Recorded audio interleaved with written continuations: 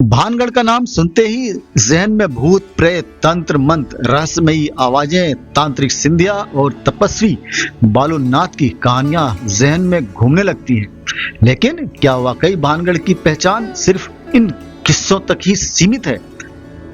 तो आइए हकीकत से आपको रूबरू कराते हैं और जानते हैं इसकी सच्चाई क्या है, कैसे ये बसाया गया, कितना खूबसूरत था और क्यों उजड़ गया।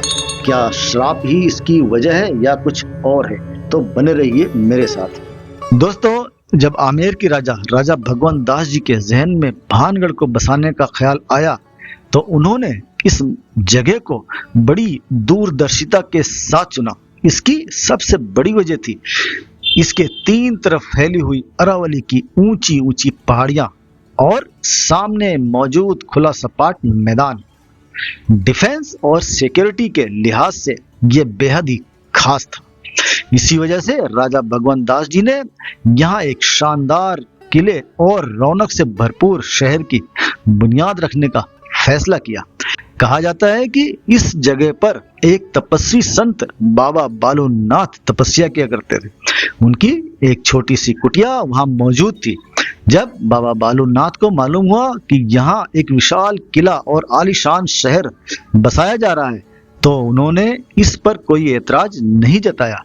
उन्होंने सिर्फ एक बात कही, मुझे इस शहर से कोई आपत्ति नहीं, मगर इतना ख्याल रखा जाए कि इस महल की परछाई मेरी कुटिया पर कभी ना पड़े और सूरज की रोशनी मेरी कुटिया तक हमेशा पहुंचती रहे। राजा भगवंत दास जी ने बाबा से वादा किया कि ऐसा ही होगा। धीरे धीरे वक्त गुजरता गया, शहर आबाद होता गया, महल ऊंचे होते गए और फिर एक दौर ऐसा आया जब किले को और ऊंचा करने की जरूरत महसूस हुई। लोक कथाओं के मुताबिक महल को इतना ऊंचा बना दिया गया कि उसकी परछाई बाबा बालूनाथ की कुटिया तक पहुंचने लगी और सूरज की रोशनी वहां रुक गई। जब यह बात बाबा बालूनाथ को मालूम हुई तो कहा जाता है कि वो बेहद क्रोधित हो उठे। गुस्से में उन्होंने भानगढ़ को श्राप दे दिया कि यह शहर वीरान हो जाएगा, उजड़ जाएगा और इसकी रौनक हमेशा के लिए खत्म हो जाएगी। फिर कहते हैं कि उसके बाद भानगढ़ पर हमले हुए, अकाल पड़ा। धीरे धीरे यह शहर वीरान होता गया। लेकिन दोस्तों, ये एक लोक कथा है जिसे अलग अलग लोग अपने अंदाज और अपने नजरिए से बयान करते हैं। पीढ़ी दर पीढ़ी ये कहानी सुनाई जाती रही है और आज भी लोगों की जुबान पर जिंदा है। अगर तारीखी और ऐतिहासिक पहलुओं की बात करें तो इतिहासकार भानगढ़ के उजड़ने की वजह श्राप को नहीं बल्कि उनके मुताबिक अकाल, जंग, सियासी उथल पुथल, व्यापारिक रास्तों का बदलना, रोजगार की कमी और लोगों का पलायन, यही वे असली कारण थे जिनकी वजह से भानगढ़ धीरे धीरे उजड़ता गया। यानी एक तरफ लोक कथाओं का रहस्य और दूसरी तरफ इतिहास की अपनी हकीकत। अब इन दोनों में कितना सच है और कितना अफसाना, इसका फैसला आप खुद कीजिए।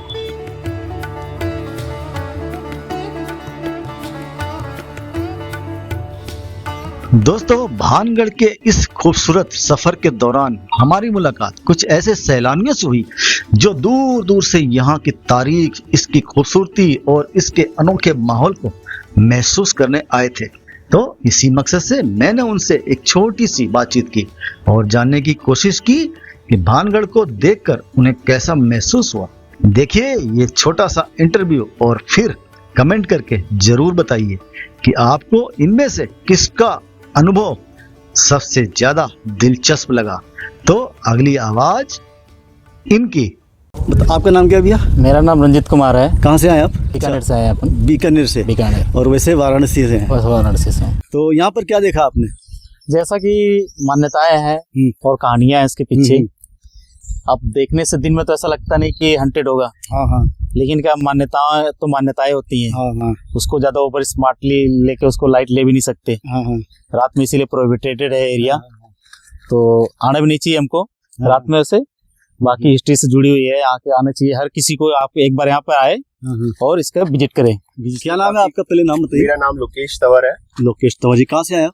बीकानेर से। बीकानेर से जी। अच्छा। मैं ये कहना चाहूंगा कि जगह दिन में तो काफी अच्छी है, सुहानी है, और रात में उतनी ही खतरनाक है ये जगह। अगर टूरिस्ट यहाँ पर बारिश के मौसम में आते हैं तो उन्हें व्यू यहाँ पे बहुत अच्छा देखने को मिलेगा, और बाकी जगह बहुत खूबसूरत है ये, और हॉन्टेड तो है ही जगह। जी जी, क्या नाम है? विपिन नाम है मेरा। जी जी, विपिन हम जी, सब लोग बीकानेर से आए हैं, वहीं पर वर्किंग है।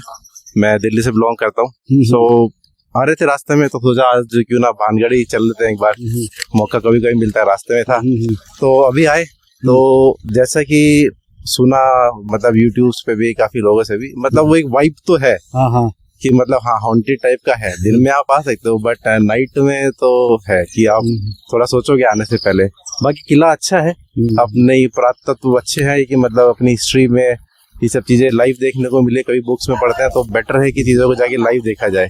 जैसे पीछे पहाड़ी है, वो पहाड़ी व्यू ब्लॉक कर रही है, आगे ये किला है तो पहाड़ी इस किले को प्रोटेक्ट कर रही है, और आगे इनकी मेन पेरीफेरी है। पेरीफेरी जो अपना दिखाते हैं बाउंड्री वॉल है, बाउंड्री हॉल, तो वो दुश्मनों से मतलब बचाने के लिए तो अच्छा, मतलब एक डिजाइनिंग बढ़िया तरीके से रखी। कोई इंजीनियरिंग नहीं होती थी उस टाइम पे, ऐसी कोई टेक्नोलॉजी नहीं, बट फिर भी देख के लगता है कि वाह यार क्या टेक्नोलॉजी यूज करते थे। वैसे किला देखने में कैसा लग रहा है? जैसे एएसआई ने अच्छा काम किया यहाँ पर, ऐसा कुछ है?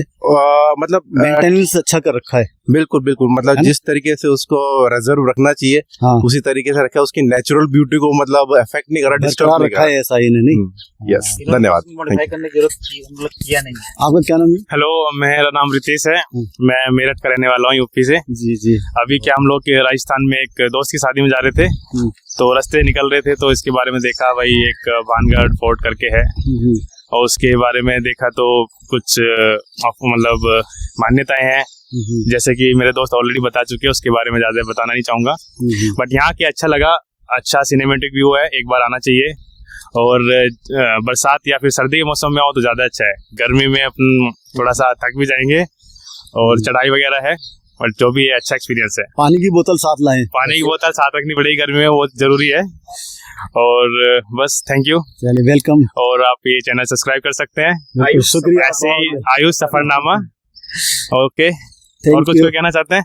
बहुत बहुत शुक्रिया आप सभी का, थैंक यू। चलिए best of luck, thank you. आपका क्या नाम है? मेरा नाम राजेश। अच्छा, कहाँ से आए? हम गुड़गांव से। गुड़गांव से। तो क्या देखा आपने यहाँ पर? यहाँ घूमने के लिए कुछ इतना खास नहीं है, पर जो भाई ने बताया मेरे ने कि एनिमल जो थोड़ी बहुत है वही रहते हैं। अच्छा और अच्छा। पर अच्छा व्यूज देखने के लिए। तो दोस्तों, भानगढ़ पर ये मेरी तीसरी और इस सीरीज की आखिरी पेशकश थी। मैंने पूरी कोशिश की कि भानगढ़ के हर पहलू से आपको रूबरू करा सकूं।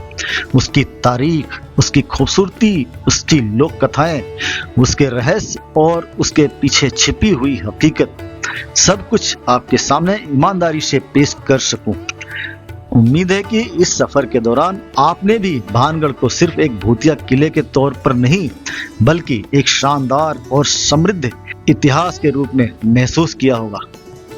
आपकी राय और आपकी मोहब्बत ही मुझे ऐसी ही नए मुकामों और नई कहानियों तक ले जाती है। फिर मिलते हैं नई कहानी, नए एहसास और नए जज्बात के साथ, क्योंकि गुजरे वक्त की सदा अभी बाकी है। जय हिंद, जय राजस्थान।